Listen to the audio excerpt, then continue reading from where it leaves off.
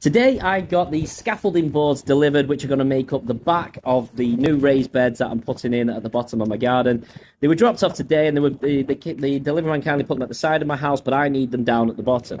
So what I've done, I've got two little trolleys here, and I've got this 3.9 meter heavy scaffolding board on the trolleys, and I'm doing my best to guide it down.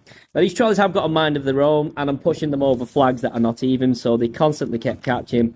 I had to keep readjusting them, and I'm just using my wheelchair to position the board as best I can, and to be able to line it up so it'll just then roll down the hill.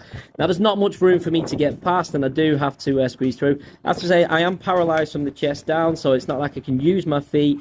I'm just using them to sort of nudge the board into position.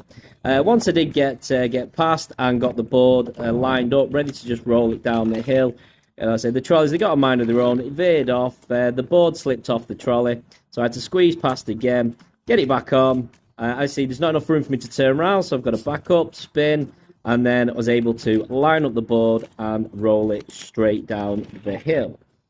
Here's just another angle of it rolling down the hill. Once the momentum takes it, I can just guide it with the side of my chair and then push it into place. Now I'm just stacking them up at the minute. They're going to need a coat of paint to protect the wood before I mount them to the fence. And like I say, these are just going to make up the back of the raised bed. I currently have another raised bed in there at the minute, and as you can see, that one's made from railway sleepers. The opposite one will be identical. So for now, the boards are just going to be, they'll be mounted onto that fence, approximately 2, maybe 3 high, and then railway sleepers making up the front of it. So if you want to watch a wheelchair user build a raised bed to rewild their garden, then make sure that you like and subscribe and follow me on all of my social media channels.